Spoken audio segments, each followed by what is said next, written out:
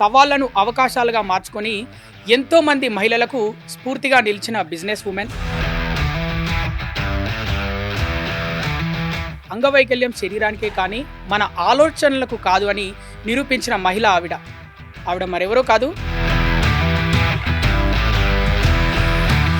అంగవైకల్యం ఉన్న మహిళలు తల్లులు కాలేరు అంటే తల్లి కాలేదు అని ఒక అపోహ ఉంది బయట. ఆ విషయాన్ని మీరు ఎలా అధిగమించారు?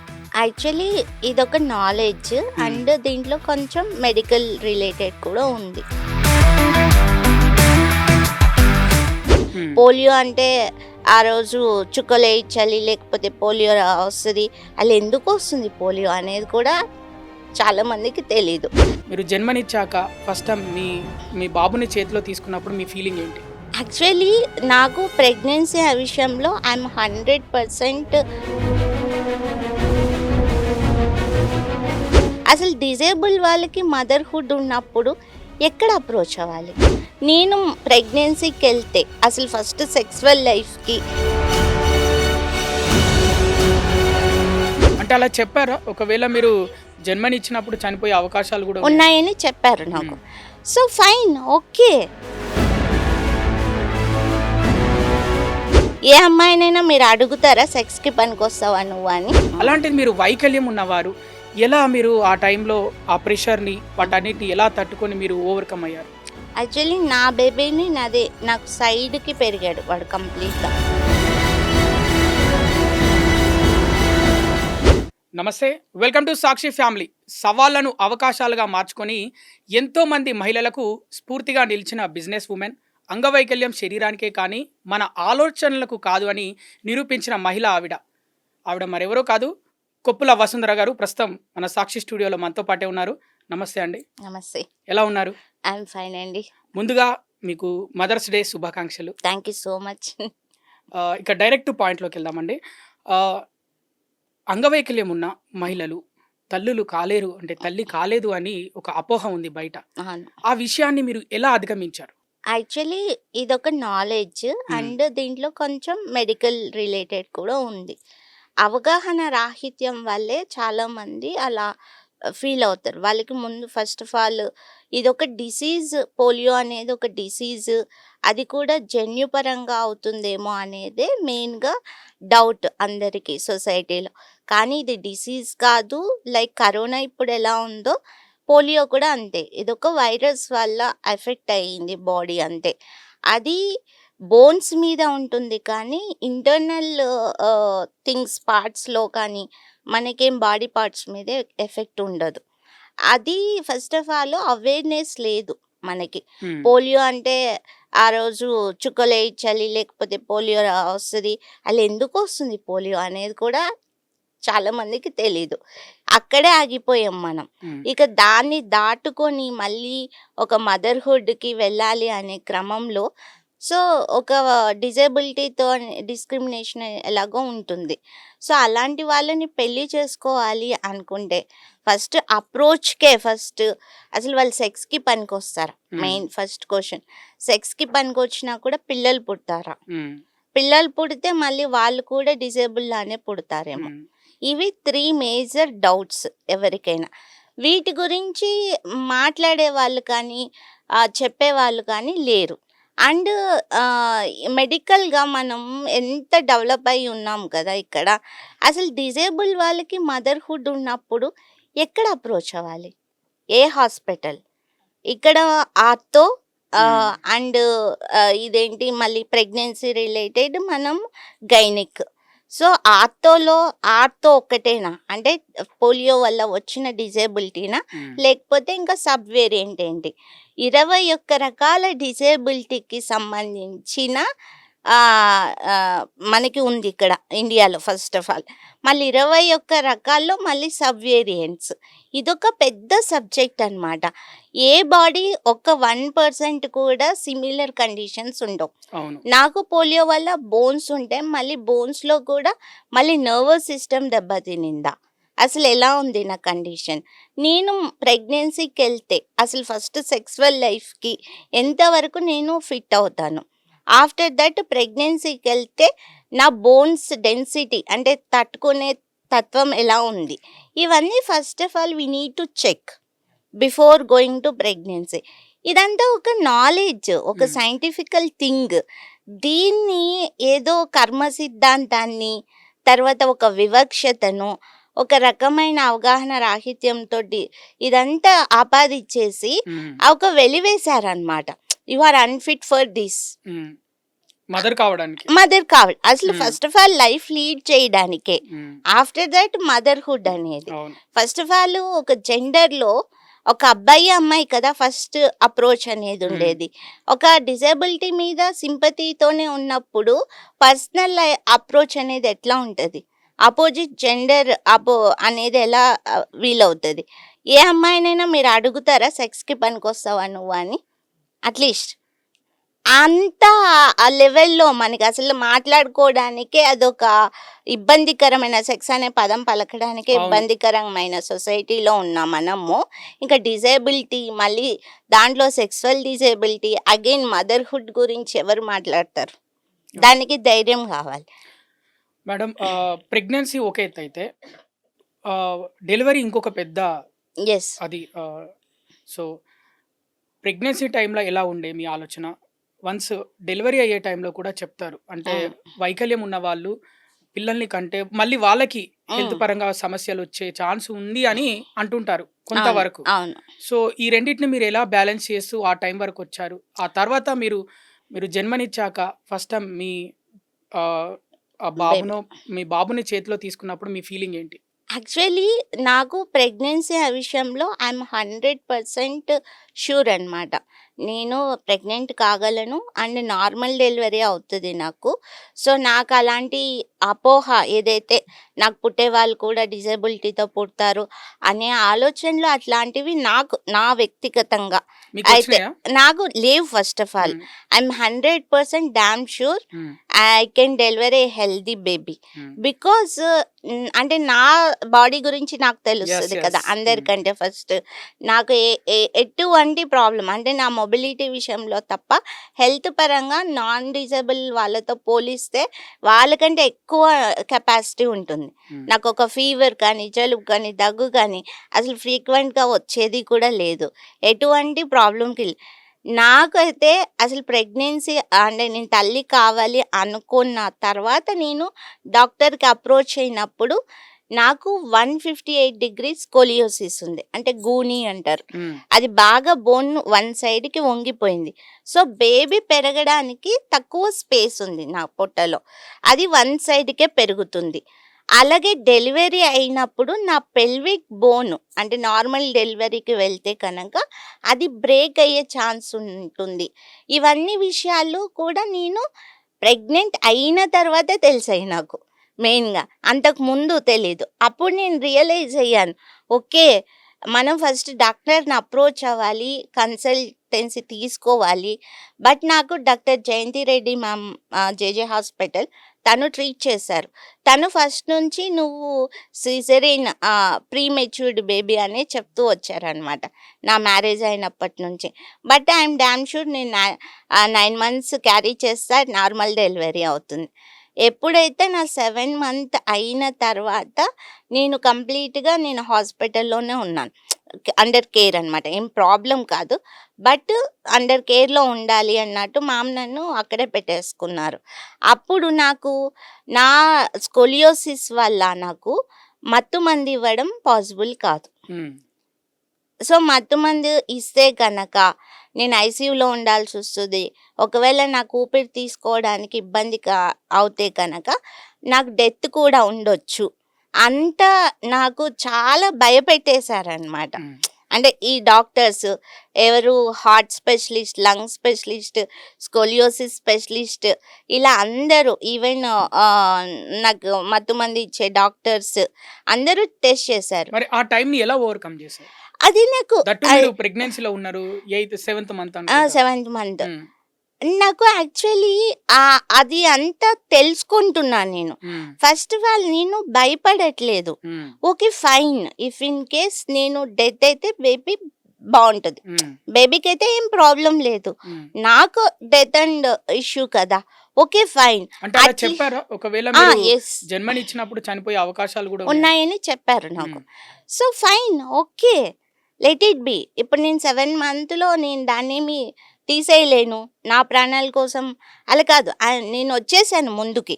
ఎందుకంటే అంతకుముందు నాకు చెప్పేవాళ్ళు ఎవ్వరు లేరు. ఎక్కడికెళ్ళాలో తెలీదు. అసలు ఒక్కొక్కరు ఒక్కొక్కటి చెప్తున్నారు. అండ్ ఇప్పటికే పెళ్ళయి 4 ఇయర్స్ అవుతుంది. ఇంకా ప్రెగ్నెంట్ అవ్వలేదు. హ్మ్. సో డిజేబుల్ అమ్మాయి కాబట్టే ప్రెగ్నెంట్ అవ్వలేదు.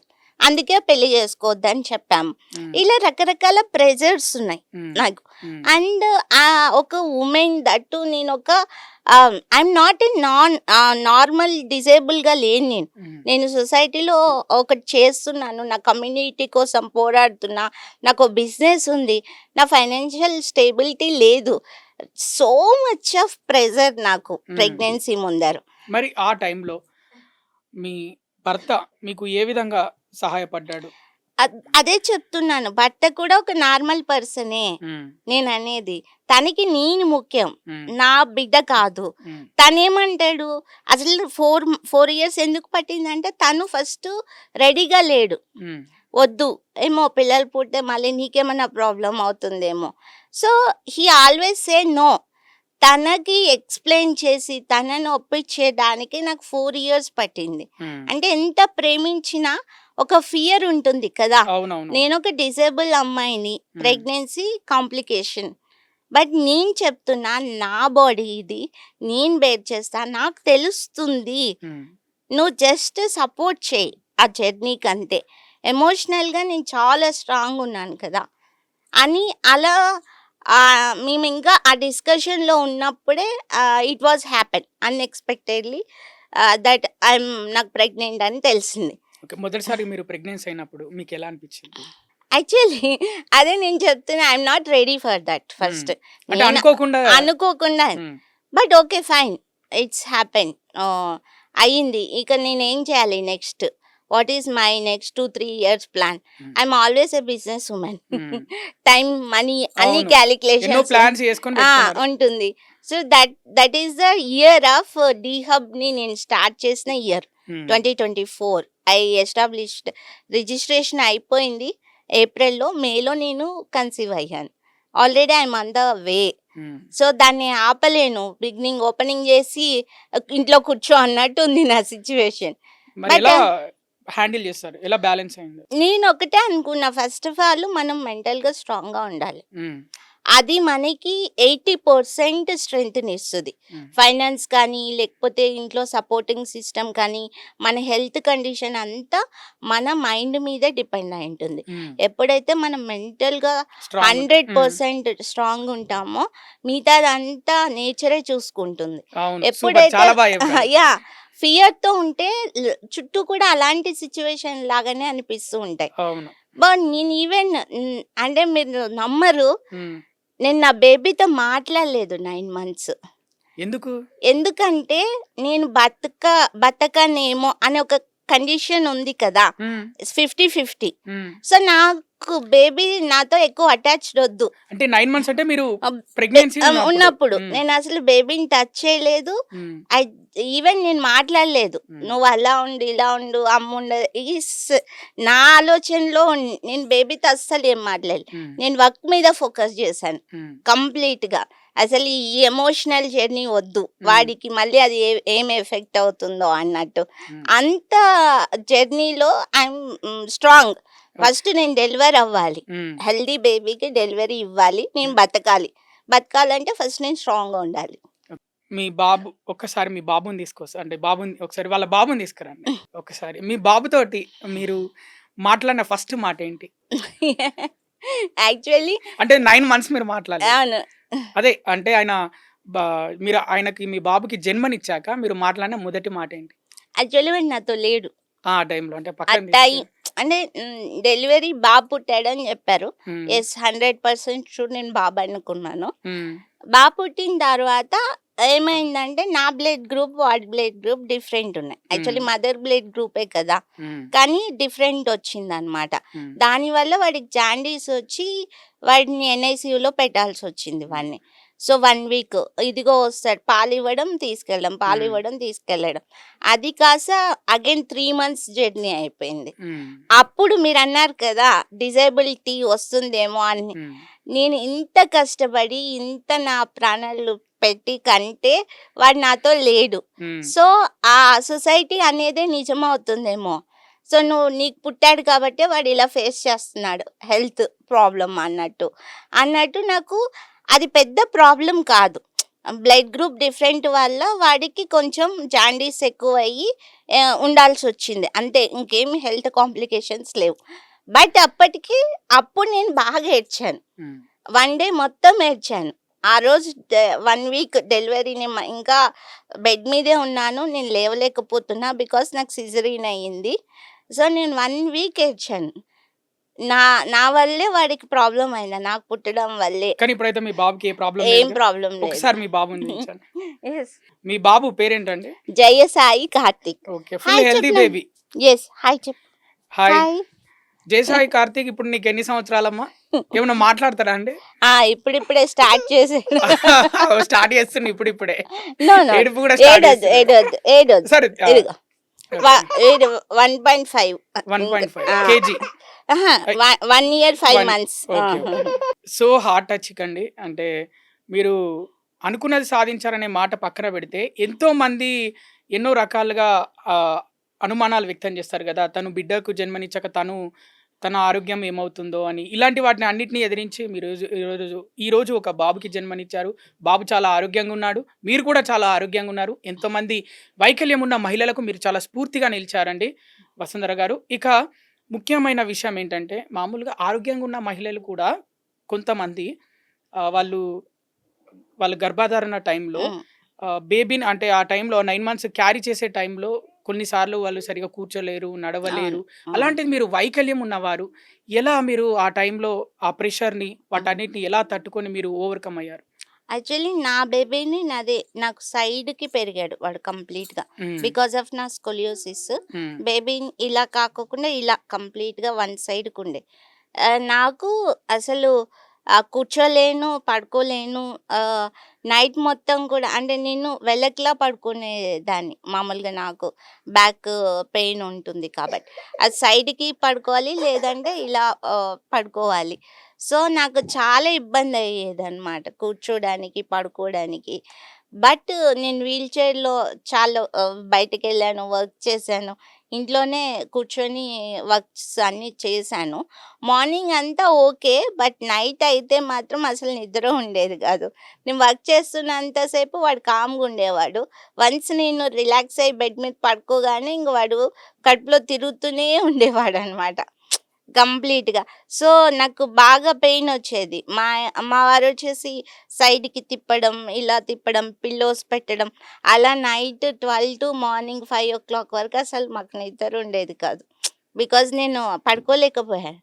అలా కంప్లీట్ 9 మంత్స్ కూడా తను మేల్కొనేసి ఈ మంత్ గడుస్తుంది. ఇంక నెక్స్ట్ ఇంకొక 2 మంత్స్, ఇంకొక 3 మంత్స్ అలా జర్నీ చేశాను. ప్రెగ్నెన్సీ టైంలో ఫస్ట్ మంత్ నుంచి నైన్త్ మంత్ వరకు ఎక్కువగా ఒక మహిళకు గుర్తొచ్చేది అత్తమామ ఎంతనో వాళ్ళకంటే ఎక్కువగా అమ్మ, నాన్న గుర్తొస్తారు. అవును. మరి మీ విషయంలో మీ అమ్మ, నాన్న సపోర్ట్ ఎలా ఉంది ఆ టైంలో? యాక్చువల్లీ మా మదర్ ఉన్నారు హ్మ్. నాతో పాటు. అంటే 7th మంత్ నుంచి నాతో ఉన్నారు. 6 మంత్స్ వరకు మేమిద్దరమే ఉన్నాము.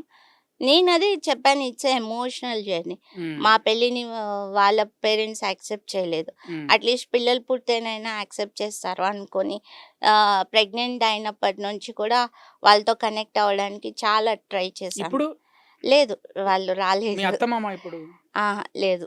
సో, నేను చాలా ఏడ్చాను. హ్మ్. అసలు చాలా అదే నేను మెయిన్‌గా నా హెల్త్ నేనేమవుతానో అనే కంటే ఇప్పటికి కూడా నేను కలుపుకోలేకపోతున్నాను.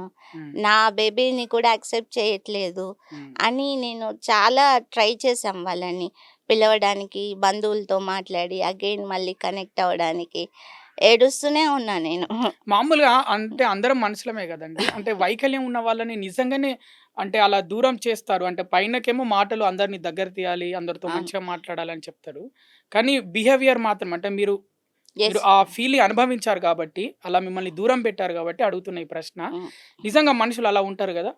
వివక్ష అనేది ఖచ్చితంగా ఉంది. హ్మ్. మనకి మన బ్లడ్‌లోనే వివక్ష ఉంది. రకరకాల వివక్షలు మనం ఎదుర్కొనేది. హ్మ్. ఇది కూడా ఒకటి. కానీ ఇది పైకి కనిపించదు. హ్మ్. మనసులోనే ఉంటది. ఎందుకంటే అందరూ బయటికి మంచి వాళ్ళే అనిపించుకోవాలి కాబట్టి ఎవరైనా ఎదురైనప్పుడు వాళ్ళ మీద జాలి, హ్మ్. వాళ్ళకి సపోర్ట్ చేయాలని ఒక అదే మీ పర్సనల్ లైఫ్‌లోకి, మీ ఫ్యామిలీలోకి వాళ్ళని తీసుకోవాలి అనుకున్నప్పుడు ఎవరు అప్పుడు ధైర్యం చేయరు. ధైర్యం చెయ్యరు. హ్మ్. అప్పుడు తెలుస్తది ఎంత యాక్సెప్టెన్సీ ఉంది సొసైటీలో అని హ్మ్. చెప్పేసి. మనం బయటికి చాలా గొప్పగా వావ్! తను అన్నీ బయటకొచ్చేసింది. తన డిజేబిలిటీని హ్మ్. అధిగమించింది. తను అది చేస్తుంది. బట్ తనకో ఫ్యామిలీ. హ్మ్. తనకొక వాళ్ళు గూడా పర్సనల్ కోరుకుంటారు లైఫ్. గదా! ఫ్యామిలీ. హ్మ్. ఇప్పుడు అదే మా ప్రాబ్లమ్ ఇప్పుడు 40 ఇయర్స్, 50 ఇయర్స్ అయినా ఇంకా పెళ్ళిళ్ళు అవ్వకోకుండా అలా ఉండడానికి మెయిన్ కారణం ఇదే అన్నమాట. హ్మ్. అంటే ఇలా అడుగుతున్నాను కాదు. వైకల్యం ఉన్న వాళ్ళని మిగతా మహిళల్ని మీరెప్పుడైనా కలిసారా? నేను నేను వాళ్ళతోనే ఉన్నాను కదా! ఎవ్రీ డే, హ్మ్. ఎవ్రీ మినిట్ వాళ్ళతోనే ఉంటాను. ఏం మాట్లాడతారు వాళ్ళు? ఏం జెప్తారు? అసలు ఫస్ట్ వాళ్ళకి అది ఒక సాధారణ విషయం. ప్రేమ, పెళ్లి, పిల్లలనేది ఒక సాధారణ విషయం. హ్మ్. మాకు మాత్రం అదొక కల. ఒక పెద్ద డ్రీమ్ ఎప్పుడైనా అందరికి. గివ్ అప్ ఇచ్చేసారా? అంటే ఇక మనకి ఏముండవు. ఈ ప్రేమలుండవు. మనకు పెళ్ళిళ్ళుండవు. నేనెప్పుడు పిల్లలుండరు. ఇలాంటిది ఎప్పుడన్నా వచ్చిందా నేను మనసులో? అస్సలు గివ్ అప్ ఇవ్వను. సూపర్. నేను hmm. I explore in my relationship. Hmm. Ah, I think my husband is my third relation. Hmm. So, breakups అయ్యాయి. మళ్ళీ వేరే రిలేషన్‌లోకెళ్ళాము. నేను రీసెర్చ్ అనమాట. What is the mindset towards hmm. PWD person. అందులో హ్మ్. ఒక వుమెన్ అంటే, వాళ్ళ ఆలోచనలు ఎలా ఉంటాయి? ఎలా కనెక్ట్ అవుతారు? హ్మ్. సో, నేను కనెక్ట్ బావుంది. రిలేషన్‌షిప్స్ కూడా బావున్నాయి. హ్మ్. బట్ ఈ క్లారిటీ కనుక సొసైటీలో ఉంటే వాళ్ళు యాక్సెప్ట్ చేస్తారు. హ్మ్. అందులో మనకి మెడికల్ పరంగా అవేర్‌నెస్‌ని ఇంకా పెంచితే కనుక, ఇదేం కాదు, హ్మ్. ప్రతి కేసు డిఫరెంట్. హ్మ్. సో, ఆ విషయంలో మీరేం భయపడాల్సిన అవసరం లేదు అనేది మనకి హెల్త్ డిపార్ట్‌మెంట్స్ నుంచి ఎక్కువ అవగాహన కల్పించాలి ఈ విషయంలో.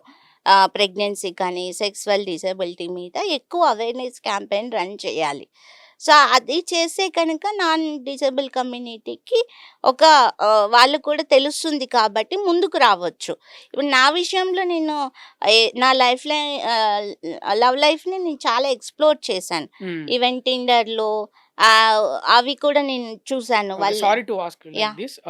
ఇప్పుడు మీరు టిండర్‌లో అలా ఇలా మామూలుగా చాటింగ్ అవన్నీ చేసినప్పుడు పెళ్లి కాకముందు యెస్. మీరు డైరెక్ట్‌గా చెప్పేసేవారా? హ్మ్. నాకిలా నేను I am a disable women అని యెస్. యెస్. నా చెప్పేసేవారా? ప్రొఫైల్‌లో నేను పెట్టేదాన్ని. హ్మ్. నా ప్రొఫైల్ పిక్ అండ్ నా బయో అన్నిట్లోనూ నేను ఎలా ఉండేది? పెట్టేదాన్ని. వచ్చి మిమ్మల్ని రీచ్ అయినప్పుడు, మీతో మాట్లాడినప్పుడు వాళ్ళు ఏ విధంగా మాట్లాడేవారు? జాలి చూపించేవారా? నిజంగా నథింగ్. చాటింగ్‌లో ఏ విధంగా అయితే జోషు, ఆ లవ్వు అవన్నీ ఉంటాయో అదే విధంగా మాట్లాడేవారా? అవే ఉంటాయి. ఆ! కానీ అక్కడ మనల్ని ఎలా ప్రెజెంట్ చేసుకుంటామనేది ఇంపార్టెంట్. హ్మ్. నేను మా కమ్యూనిటీకి కూడా అదే చెప్తున్నా. హ్మ్. ఏది మమ్మల్ని ఎవరు లవ్ చేస్తారు? హ్మ్. మాకెవరొస్తారు? ఇలా ఒక వేదాంతంతో ఉంటారు వాళ్ళు. ఎగ్జాక్ట్‌లీ. బట్ హ్మ్. ఫస్ట్ ఆఫ్ ఆల్ నీ అపియరెన్స్ ఏంటి? హ్మ్. నువ్వెలా ప్రెజెంట్ చేసుకుంటున్నావు నలుగురు ముందర? హ్మ్. సో, ఏదైనా ఫస్ట్ ఇంప్రెషన్ బ్యూటీనే కదా! హ్మ్. కనిపిచ్చేదే. సో, నువ్వెలా ప్రెజెంట్ చేసుకున్నావు? నువ్వు పాకుతూ, దేక్కుతూ హ్మ్. ఆహ్, మ అలా ఉంటే జాలే చూపిస్తారు కానీ, అవును. పర్సనల్‌గా దగ్గరవ్వాలని ఎవరికీ అనిపిచ్చదు కదా! పైగా ఇంకో భయం గూడా. హ్మ్. అలాంటి అమ్మాయిని నువ్వు ఆ ఫీలింగ్‌తో చూస్తావా? హ్మ్. నీకసలు నువ్వు అదే. మనిషివేనా? ఎగ్జాక్ట్‌లీ. నేను ఇదే అడుగుదాం అనుకున్నా మిమ్మల్ని. ఆ ఆహ్, అమ్మాయి మీద నీకు ఫీలింగ్స్ వచ్చాయా? ఆ! So, this is a bullshit things. మన పెద్దవాళ్ళు కూడా అదే అంటారు. ఆ! నీకు మైండ్ దొబ్బిందా? లేకపోతే ఈవెన్ మై హస్బెండ్ ఆల్సో హ్మ్. నీకేమైనా ప్రాబ్లమ్ వాళ్ళతో ఉందా? జాలిగుండాలి గానీ వాళ్ళని ప్రేమించడం ఏంటి అని. నీకేమైనా ప్రాబ్లమ్ ఉందా? నీకేమైనా ప్రాబ్లమ్ ఉండి అది కవర్ చేసుకోవడానికి అమ్మాయిని పెళ్లి చేసుకుంటున్నావా? హ్మ్. సో అండ్ ఇదొక కొంచెం కాంట్రోవర్షియల్ క్వెషన్. యెస్. యెస్. మీరు మీ మీ అంటే మీ వైకల్యం ఉన్న కమ్యూనిటీ తోటే ఉంటారు. అవును. అందరూ టచ్‌లో ఉంటారు. మిగతా హ్మ్. మహిళలు హ్మ్. హ్మ్. మాట్లాడుతుంటారు. లవ్ అని చెప్పి హ్మ్. సెక్సువల్‌గా అంటే వాళ్ళ పని అయిపోయాక హ్మ్. అంటే ప్రేమిస్తున్నా, పెళ్లి చేసుకుంటా అని చెప్పి వాళ్ళ పని అయిపోయాక తర్వాత దూరం పెట్టిన సంఘటనలున్నాయా? మీతో ఎవరైనా షేర్ చేసుకున్నారా ఇలాంటివి? నా ఫస్ట్ నా ఫస్ట్ అంటే నా సెకండ్ లవ్. హ్మ్. Actually after 6 months, 7 months of my journey. హ్మ్. సో, తను ఆల్ ఆఫ్ సడెన్ మాట్లాడడం మానేశాడు. హ్మ్. ఎందుకో తెలీదు. హ్మ్. నేను ఎమోషనల్‌గా చాలా ట్రిగ్గర్ అయిపోయాను. హ్మ్. సో, వన్ డే నేను తనని అడిగినప్పుడు తను ఇదే అన్నాడు. నువ్వు పెళ్ళంటున్నావు అది, మరి నువ్వు సెక్స్‌కి పనికొస్తావా అని. హ్మ్. ఆ టైంలో నేను రియాక్ట్ అయిన విధానానికి, ఇప్పుడు నేను మెచ్యూరిటీతో మాట్లాడేది చాలా డిఫరెన్స్. హ్మ్. ఇప్పుడు నా కమ్యూనిటీ ఆ టైంలో నేను ఎట్లా రియాక్ట్ అయ్యారో అలా ఉన్నారు. నువ్వు నన్ను మోసం చేసేసావు. నువ్వు నన్ను ప్రేమ పేరుతోటి ఇచ్చేసావు. ఇంకా ఫిజికల్ రిలేషన్‌షిప్ అనేది కూడా. హ్మ్. అంటే ఇక్కడ 2 థింగ్స్. ఒకటేమో ఫ్యామిలీ మెంబర్స్, సొసైటీ నుంచి వాళ్ళు ఫిజికల్‌గా చాలా అంటే రేప్స్ కానీ, లేకపోతే వాళ్ళని ఫిజికల్‌గా వాడుకోవడం కానీ, ఇట్లాంటివన్నీ జరుగుతున్నాయి. ఒక వార్తలు కూడా వచ్చినాయి ఎన్నో వార్తలు. అబ్యూజ్ అనేది ఒకటి జరుగుతుంది. హ్మ్. సెకండ్ థింగ్, ఇద్దరికి ఇష్టం ఉండి ఫిజికల్‌గా ముందుకెళ్ళినప్పుడు, హ్మ్. ఇఫ్ ఇన్ కేస్ తను వదిలేసాడు అనుకుందాం ఫర్ ఎగ్జాంపుల్. నేను ఇక్కడ వేరే ప్రాస్పెక్టివ్‌తో ఆలోచిస్తాను. అతనికి ఇష్టం లేదు. సరే కొన్ని రోజులు జర్నీ జరిగింది. ఇప్పుడు లేదు. అంత బలవంతంగా అతన్ని లాక్కొచ్చి హ్మ్. నన్ను మోసం చేశావని నీ జీవితంలో పెట్టుకోవడం వల్ల హ్మ్. మీరిద్దరు సుఖంగా ఉండగలుగుతారా? ముందున్నట్టు ఆ రిలేషన్ ఉంటుందా? ఇది డిస్టర్బ్డ్. హ్మ్. మనకి బాధేస్తది. ఏడుస్తాం. కొన్ని రోజులు, కొన్ని నెలలు. After that move on. Hmm. Why can't we stick with that fellow? దాన్ని నలుగురిలో పెట్టేసి, పంచాయతీ చేసేసి, నిన్నెవరైనా నీకిష్టం లేకుండా బలవంతం చేయడం ఇట్స్ అ క్రైమ్. హ్మ్. యెస్. బట్ నీ ఇష్టంతో నువ్వు ఒక రిలేషన్‌లో ఉండి, అది డిస్టర్బ్ అయినప్పుడు, you need to think beyond that అనేది నా ప్రాస్పెక్టివ్. అవును.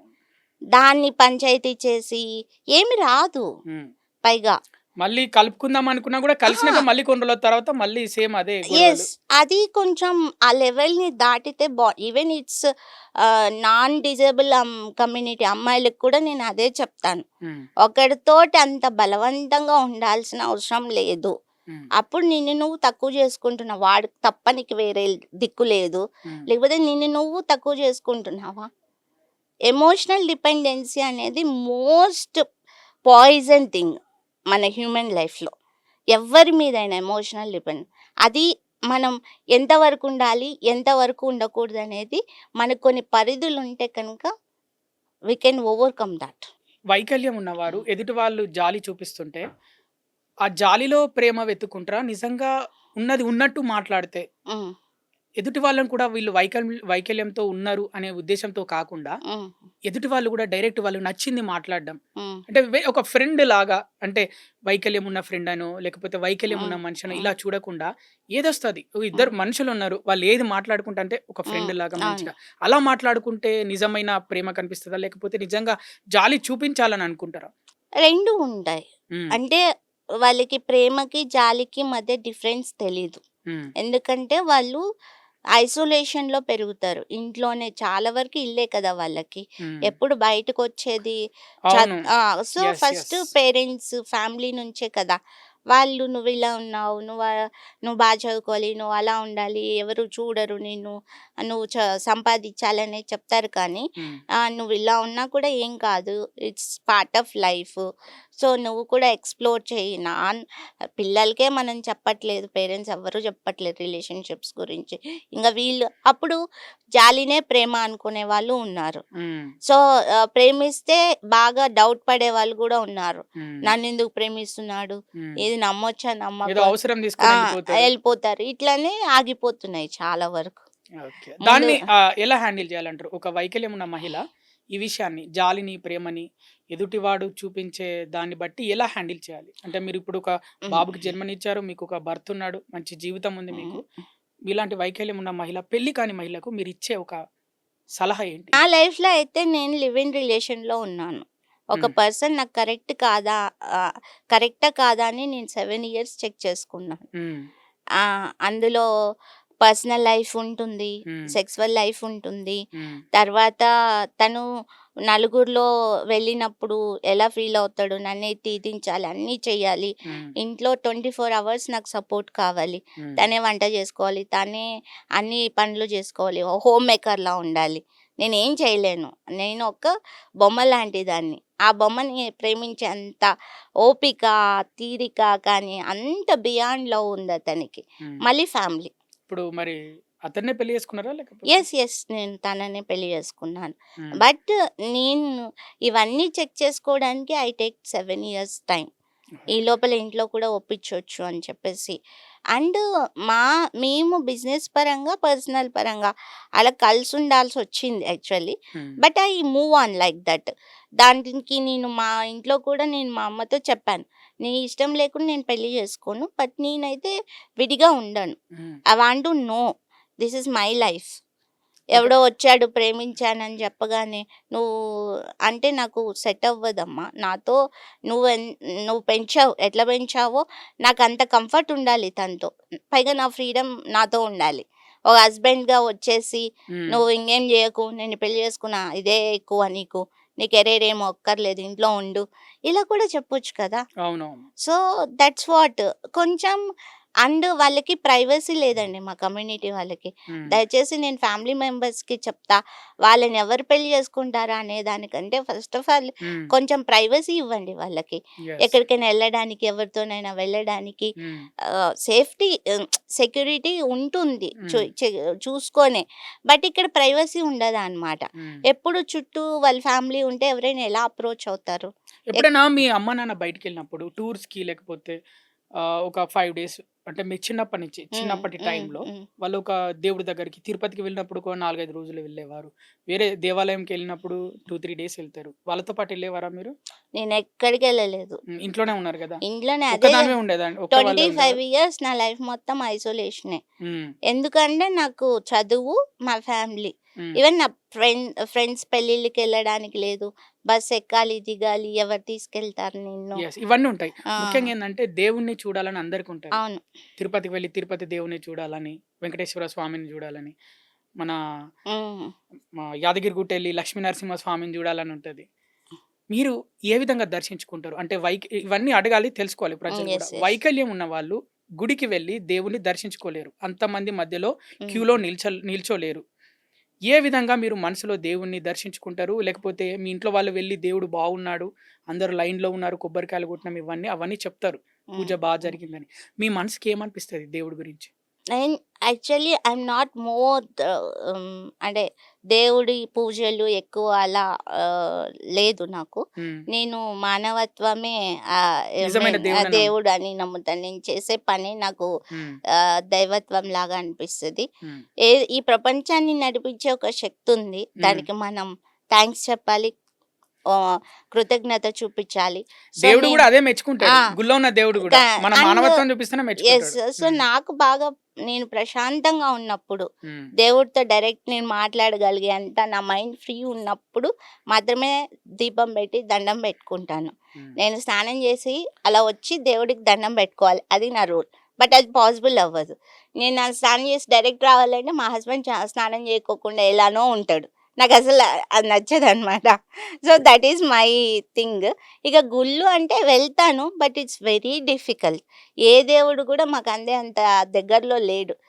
ప్రతి గుళ్ళో 100 మెట్లుంటాయి, కొండల ఉమ్. మీద ఉంటారు, గర్భగుడి అంత ఇంత పెద్ద తలుపులు ఇవన్నీ ఉంటాయి. వీల్ చైర్లు పెట్టినా, మాకు స్పెషల్ దర్శనాలు ఇచ్చినా ఉమ్. ఇట్స్ వెరీ డిఫికల్ట్ ఉమ్. దేవుణ్ణి దర్శించడం. తిరుపతి అయినా, యాదగిరి గుట్ట అయినా, ఏదైనా కానీ ఖచ్చితంగా ఒక ఇద్దరి సపోర్ట్ ఉంటేనే వెళ్ళి దర్శించుకోగలం. బాధపడ్డారు ఎప్పుడైనా? గుళ్ళోకి వెళ్ళలేకపోతున్నా, అక్కడికి ఇక్కడికి వెళ్ళలేకపోతున్నా? అవును. నేను టూరిజం మెయిన్గా టెంపుల్సే కాదు, ఎక్స్ప్లోర్ అవ్వడానికి యాక్సెసిబిలిటీ అనేది చాలా ప్రాబ్లం కాబట్టి ఎస్ ఐ ఫీల్ దట్. నాకు ఈవినింగ్ వాక్కే నాకు ఛాన్స్ లేదండి. ఇంకా ఉమ్. మీరు గుళ్ళు ఇంకా వేరే చూడండి. నాకు ఇంట్లో 24/7 ఉండి నాకు చిరాకు వస్తే అట్లీస్ట్ నా ఎలక్ట్రిక్ వీల్ చైర్లో ఆ 4 వీధుల్లో తిరగడానికి కూడా లేదు.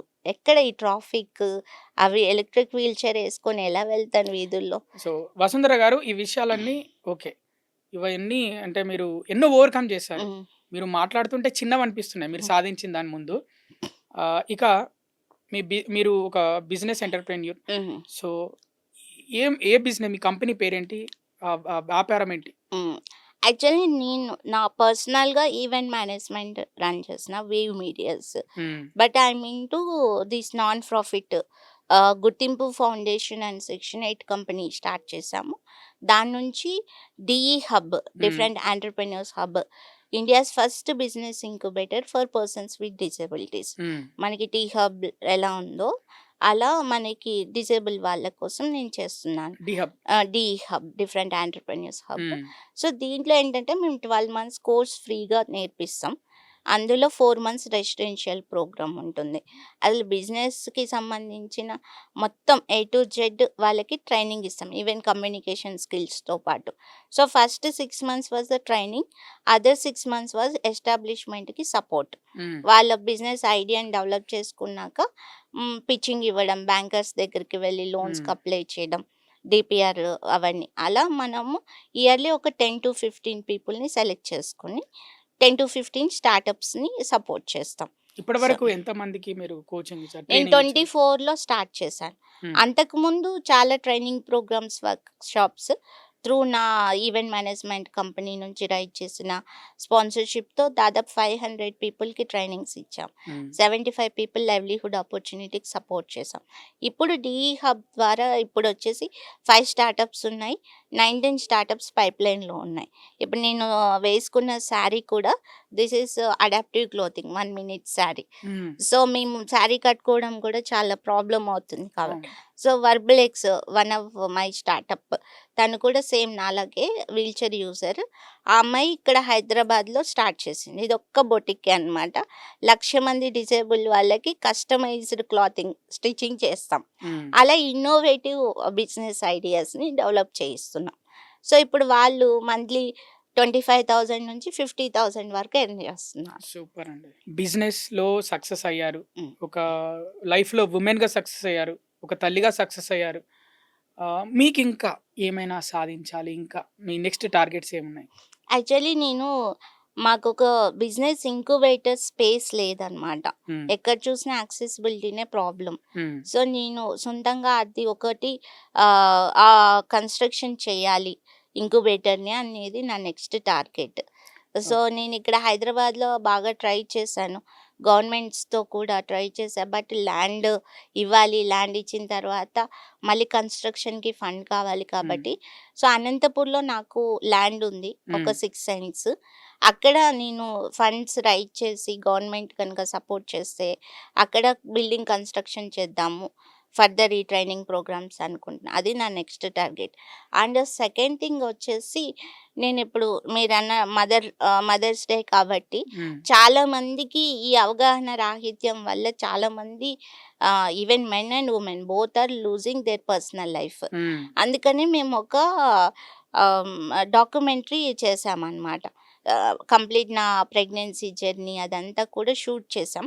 బట్ ఇప్పుడు దాన్ని ముందుకు తీసుకెళ్ళడానికి కూడా I am seeking some sponsorships and funds. హ్మ్. ఆ డాక్యుమెంటరీ తయారు చేయడానికి. హ్మ్. దాంట్లో అసలు ఎన్ని రకాల డిజేబిలిటీస్ ఉన్నాయి. ఈవెన్ డాక్టర్స్ వాళ్ళ ఒపీనియన్ చెప్తున్నారు. నా పర్సనల్ జర్నీ. ఆల్రెడీ సక్సెస్ అయిన వాళ్ళు పెళ్లి చేసుకొని పిల్లల్ని కని హెల్తీగా ఉన్న వాళ్ళ లైఫ్ అన్నీ కలిపి ఒక డాక్యుమెంటరీ లాగా ప్లాన్ చేస్తున్నాను. అది కర్వ్స్ ఆఫ్ స్ట్రెంగ్త్ అని. దానికి కూడా సపోర్ట్ చూస్తున్నాను. ఓకే అండి. గవర్నమెంట్ సపోర్ట్ అడిగారా మరి? నేను వెళ్తున్నాను. బట్ ఏంటంటే అదే చెప్పాను కదా! అసలు ఈ కమ్యూనిటీకి బిజినెసా అనేదే అక్కడే ఆగిపోతున్నారు. హ్మ్. ఎందుకు వీళ్ళు కూడా చేయలేము. వీళ్ళకలా ఎందుకు చే చేయించకూడదు బిజినెస్‌లు. దానివల్ల ఏంటంటే ఎకనామికల్‌గా గవర్నమెంట్‌కే బర్డెన్ తగ్గుతుంది. ఏ గవర్నమెంట్‌ని అడిగారు? ఏ ఆంధ్రప్రదేశా? ఏ తెలంగాణ? గవర్నమెంట్‌కైనా తెలంగాణ, ఆంధ్రప్రదేశ్‌లోనే హైయెస్ట్ పాపులేషన్ ఉన్నాయి. హ్మ్. ఓటర్స్ కూడా హైయెస్ట్ ఉన్నారు. హ్మ్. ఇక్కడ 5,25,000 మంది ఉంటే, అక్కడ కూడా సేమ్ 5,12,000 మంది దాకా ఉన్నారు డిసేబుల్ పీపుల్. ఓటర్స్. హ్మ్. ఇంకా పాపులేషన్ వేరు. హ్మ్. పాపులేషన్ వేరు. కరెక్టే అండి. పాపులేషన్ ఓన్లీ తెలంగాణలోనే 40,00,000 ఉన్నారు. హ్మ్. ఏపీ కూడా 40,00,000. 40,00,000. హ్మ్. ఆ! ఇది ఇంకా మన డేటా మామూలుగా మనం చూసే డేటా కాదు. ఇది ఆఫ్టర్ 2016, 21 కేటగరీస్‌ని యాడ్ చేసిన తర్వాత ఉండే రియల్ పాపులేషన్ ఇంకా ఎక్కువే ఉండొచ్చు. హ్మ్. అకార్డింగ్ టు డబ్ల్యూహెచ్ఓ 10,00,00,000 మంది డిసేబుల్ ఉన్నారు ఇండియాలో. 10 కోట్ల మంది. మంది. హ్మ్. మళ్ళీ వీళ్ళ అవసరాలేంటి? ఇక్కడ మార్కెట్ ఏంటి? వీళ్ళ అవసరాలకి అసిస్టివ్ టెక్నాలజీ కావచ్చు, హ్మ్. ఏవైనా కానీ ఎంత డిమాండ్ ఉంది. దానికి by the PWD, for the PWD companies ఎందుకు స్టార్ట్ చేయకూడదు? దట్ వాజ్ మై మిషన్ అనమాట. అట్లా ఇండియన్ ఎకానమీలో మాది కూడా పార్ట్ ఉండాలి. మేము ఓన్లీ ఎప్పుడు మాకివ్వాలి పథకాలు, హ్మ్. మా మీద బడ్జెట్లు ఖర్చు పెట్టాలని కాదు. హ్మ్. మేము కూడా రెవెన్యూ జనరేట్ చేయాలి. యెస్. చాలా దట్ మంచి ఈస్ మై ఆలోచన. మోటో. ఓకే. అంటే మీరు ఎప్పుడైనా ఈ రాష్ట్ర ప్రభుత్వాల వరకే మాట్లాడారా? కేంద్ర ప్రభుత్వాన్ని రిక్వెస్ట్ చేయొచ్చు గదా! అసలు యాక్సెస్ ఎక్కడుందండి? నేను హ్మ్. కూడా డిసేబుల్‌నే కదా! హ్మ్. ఇప్పుడు నేను ఢిల్లీకెళ్ళాలన్న ఫ్లైట్‌లు అవి పొలిటికల్ లీడర్స్‌ని ఎవరిని అప్రోచ్ అవ్వలేదా ఇప్పటి వరకే? పొలిటికల్ లీడర్స్ నా పాయింట్ ఏంటంటే అండి, హ్మ్. నాకొక 10 నిమిషాలు టైం ఇస్తే నేనేం చేస్తున్నా, హ్మ్. ఏం చేయాలనుకుంటున్నాను ఎక్స్‌ప్లెయిన్ చేయను. కానీ వాళ్ళు ఒక అర్జీ ఇచ్చేయమంటారు. హ్మ్. ఇది అర్జీ కాదు. నా పర్సనల్ లైఫ్ కోసం నేనేదో అడగడానికి మీ దగ్గర రాలేదు. పైగా నన్ను డిసేబుల్‌గా చూస్తే నాకు నచ్చదు. హ్మ్. నేను ఓవర్‌కమ్ చేసేసాను. నా సక్సెస్‌ని నేను చేసేదాన్ని మాట్లాడాలి. హ్మ్. అట్లా వాళ్ళ దగ్గరికి తీసుకెళ్ళే పర్సన్ కానీ, లేదా డైరెక్ట్ నేను కనెక్ట్ అయినప్పుడు అలా లేదు. ఏదో డిజేబుల్ అమ్మాయి వీల్‌చైర్‌లో వచ్చింది. హ్మ్. ఏదో అడుగుతది. చూడండిరా అని పీఎల్‌కి చెప్పేసి ఎళ్ళిపోతారు. హ్మ్. పీఎల్ ఏం చేస్తారు? చూద్దాం, చూద్దాం అంటారు. అట్లా నేను తిరిగాను, ఫేస్ చేశాను కాబట్టి నేనెళ్ళట్లేదు హ్మ్. ఇంక. నా వరకు నేనేం చేయగలను అదే చేసుకుంటూ వచ్చాను. But I am requesting both Telangana and AP సీఎంస్‌ని కూడా నేను రిక్వెస్ట్ చేస్తున్నాను. ఎందుకు మనకి బిజినెస్‌లో వాళ్ళని డెవలప్ చేయకూడదు? మాకు సపోర్ట్ చేస్తే ఐ కెన్ కనెక్ట్. నేను చెప్తాను. ఎంత రెవెన్యూ ఉంది ఇక్కడ? ఎలా చేయగలుగుతాము మనము అని చెప్పేసి. ఎన్‌జీఓ వాళ్ళెవరు అప్రోచ్ కాలేదా? మీరెవరిని అప్రోచ్ కాలేదా? నేను myself is a foundation. Foundation. But దాని వేరే నుంచి ఎన్‌జీఓస్ ఎవరు? వాళ్ళదే నేను వేరే ఎన్‌జీఓస్ వాళ్ళ సైడ్‌లో వాళ్ళు చేస్తున్నారు హ్మ్. వేరేది. హ్మ్. బట్ ఏంటంటే ఎంపవర్ చేయట్లేదు. డిపెండెన్సీని క్రియేట్ చేస్తున్నారు. హ్మ్. That is my thing mainly. అక్కడే ఓకే. నాకు ఎందుకు వాళ్ళకి అన్నీ ఫ్రీగా ఇవ్వాలి అనేది నా క్వెషన్. హ్మ్. నాకసలు పెన్షనే నచ్చదు. హ్మ్. కానీ మా కమ్యూనిటీ కూడా తిడతారు. హ్మ్. అలా అంటే కానీ హ్మ్. కొంతమందికి అవసరం. అవును. అవసరం అవసరం. ఉన్న వాళ్ళకి ఓకే. కానీ ప్రతి ఒక్కరికి ఎందుకండి పెన్షన్? పెన్షన్ ఇచ్చే బదులు ఇప్పుడు వాళ్ళకు బతకడానికి దారి బతకడానికి చూపిస్తే. హ్మ్. కంపెనీలు ఏర్పాటు చేయండి. హ్మ్. అందులో ఎంప్లాయ్‌మెంట్ ఆపర్చునిటీస్ ఇవ్వండి. హ్మ్. ఆ విధంగా రెవెన్యూ జనరేట్ అవుతది. ఎకానమీకి సపోర్ట్ అవుతది అండ్ కదా! దాంట్లో వచ్చిన ఇప్పుడు ఆత్మస్థైర్యం వేరే కదా! హ్మ్. 4 అసలు 18-45 సంవత్సరాల వయసుండే వాళ్ళే ఎక్కువ శాతం ఉన్నారు హ్మ్. కమ్యూనిటీలో. ఒక్కొక్కరికి ఇప్పుడు 4,000, 6,000 పెన్షన్ ఇస్తున్నారండి. 6,000 ఇంటూ ఇక్కడ 10,00,000 మంది తెలంగాణలో 10,00,000 మంది తీసుకుంటున్నారు. అందులో ఓన్లీ ఇదేంటి ఎల్డర్స్‌ని వాళ్ళని తీసేసిన అట్‌లీస్ట్ ఒక 5,00,000 6,000 ఇంటూ 5,00,000 ఎంత మంత్లీ? ఎన్ని కోట్లు. హ్మ్. అదే బదులు ఒక కంపెనీ పెట్టి వాళ్ళకి ఎంప్లాయ్‌మెంట్ ఆపర్చునిటీ ఇవ్వడానికి ఒక వ్యవస్థ లేదు. ఒక లీడర్ లేదు. ఓట్ల కోసమే వైకల్యం ఉన్న వారికి పెన్షన్‌లు అంటూ ఇలాంటివేమన్నా అసలు వాడుకుంటున్నారా అనిపిస్తుందా? అసలు లేదండి. హ్మ్. అట్లా వాడుకున్న హ్యాపీనే. హ్మ్. అసలు మాది ఓటు బ్యాంక్‌లా గూడా కన్సిడర్ చేయట్లే. వాళ్ళకి అవగాహనే లేదు. హ్మ్. ఇక్కడ అతి పెద్ద ఓటు బ్యాంక్ ఉంది అనేది గూడా అవగాహనే లేదు. హ్మ్. బట్ ఇంతమంది ఉన్నారు, వస్తారు, మళ్ళీ రాస్తారోకోలేవో జేస్తారు. ఆఖరికి వికలాంగుల్ని గూడా పట్టించుకోవట్లేదా ఈ ప్రభుత్వం అని, ప్రజల నుంచి ఒక వ్యతిరేకత ఎదురవుతుందేమో అనే ఒక ప్రాస్పెక్టివ్‌లో ఇస్తున్నారనేది నా ఫీలింగ్. హ్మ్. అంతేగాని ఇక్కడ అతిపెద్ద ఓటు బ్యాంక్ ఇది. వీళ్ళని డెవలప్ చేద్దాం అనేది లేదు. మెయిన్‌గా మా కమ్యూనిటీలో లీడర్‌షిప్ లేదు.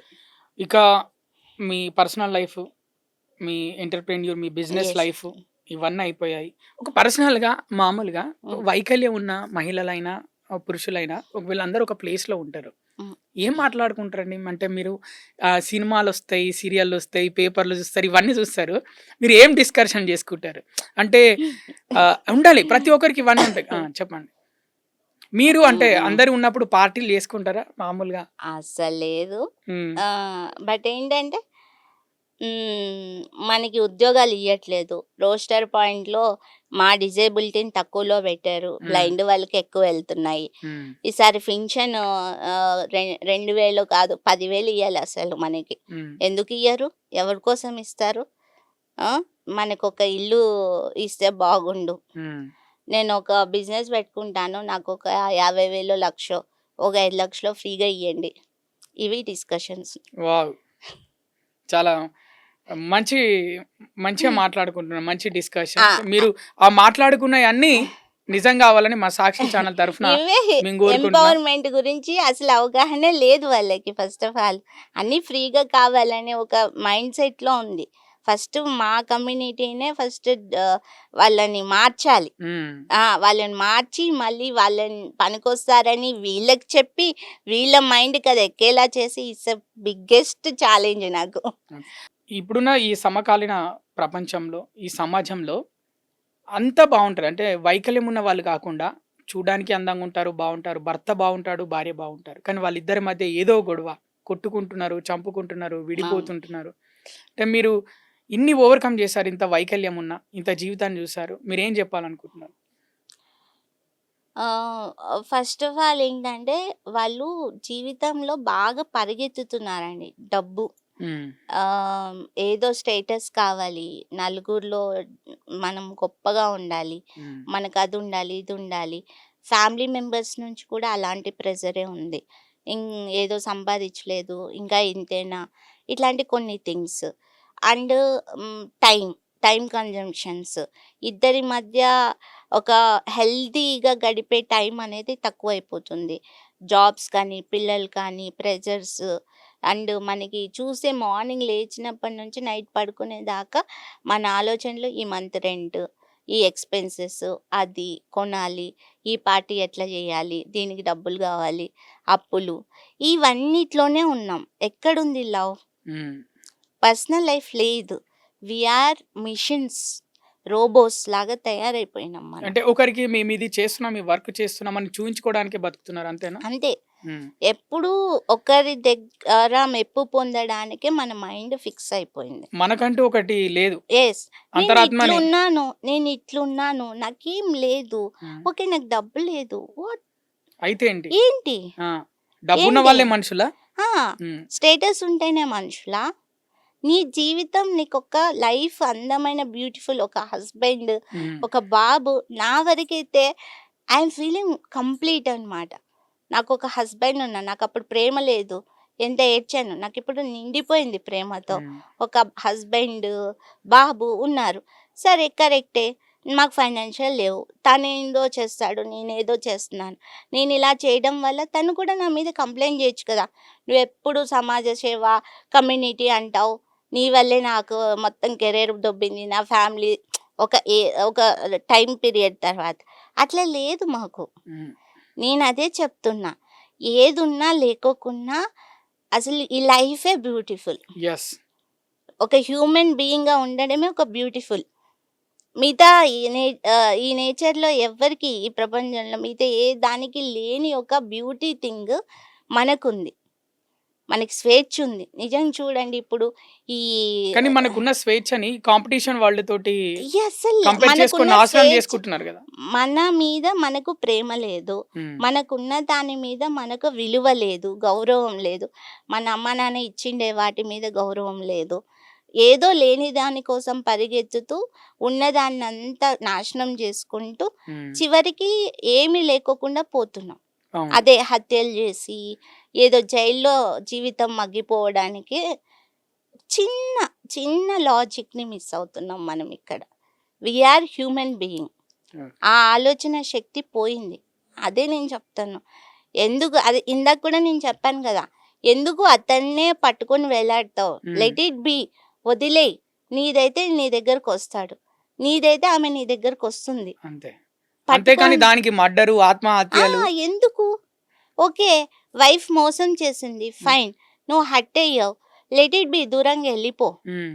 కొంతకాలం గడుపు. హ్మ్. నీ పిల్లల్ని చూసుకో. నీకు పిల్లలు ఉంటారు కదా! వైఫ్ ఒక్కతే కాదుగా. సో, ఇట్లా లేదు. Hmm. That okay. Is the problem. Okay అండి. Thank you so much Vasundhara గారు. మా సాక్షి స్టూడియోకొచ్చి మీ అభిప్రాయాలు మాతో షేర్ చేసుకున్నారు. ఎందుకంటే మీ అభిప్రాయాలు ఎందుకు ముఖ్యమని అంటున్నానంటే, మీరు వైకల్యాన్ని ఇవన్నిటిని ఎదిరించి మీరు ఒక వుమెన్‌గా చాలామంది వుమెన్స్‌కి స్ఫూర్తిగా నిలిచారు. అందులో చాలామంది మదర్స్‌కి కూడా అందే తల్లులు కాబోయే వాళ్ళకి కూడా అంటే మదర్స్ కాబోయే వాళ్ళకి కూడా మీరు స్ఫూర్తిగా నిలిచారు. ఎందుకంటే భయం ఉంటది. అయ్యో! నేను బేబీకి జన్మనిస్తే నాకు హెల్త్ ఇష్యూస్ ఉన్నాయి. నాకేమన్నా ప్రాబ్లమ్స్ ఉన్నాయి. నాకేమన్నా అయితదో అనుకునే వాళ్ళందరికీ మీరు చాలా స్ఫూర్తిగా నిలిచారు. మీరు ఒక ధైర్యవంతురాలని చెప్పుకోవచ్చు. ధన్యవాదాలండి. Thank you thank so you much. So much అండి. అందరికీ మదర్స్ డే శుభాకాంక్షలు. సాక్షి టీవీ వ్యూయర్స్ అందరికీ కూడా. Thank you so much for the interview. Thank you. Sakshi TV ప్రసారాలను నిలిపివేయటం చట్టరీత్యా నేరం. సాక్షి టీవీ ప్రసారాల కోసం మీ స్థానిక కేబుల్ ఆపరేటర్ను వెంటనే సంప్రదించండి. డిటిహెచ్లో ఇంటర్నెట్లో కూడా సాక్షి టీవీ ప్రసారాలను వీక్షించవచ్చు.